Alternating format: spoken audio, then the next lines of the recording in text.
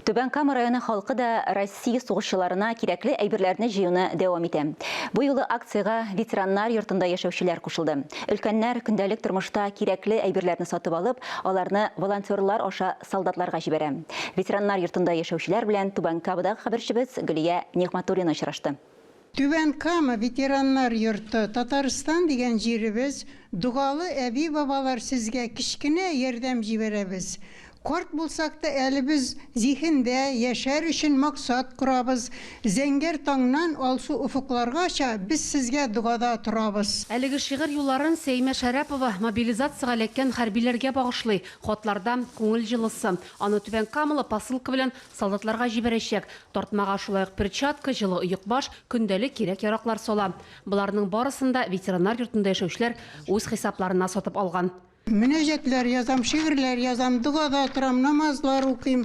Менә шуның өчен мин бөтенесен өшкердем, дугалар укып, бу товарларны өшкердем, укыдым. Исән сау барсын, куллансыннар да, исән сау шатланып, исән сау кайтсыннар. Амин. Гуманитар ярдәм җыю турында карарны өлкәннәр гомум җыелышта кабул итә. Игелекле эшкә һәркем мөмкинлегеннән килгәнчә өлеш кертә. Кием салым, юыну әйберләреннән тыш дарулар да сатып алырга планлаштыралар. Соңыннан күчтәнәчләрне тартмаларга тутырып, волонтерлар аша солдатларга җибәрәчәкләр.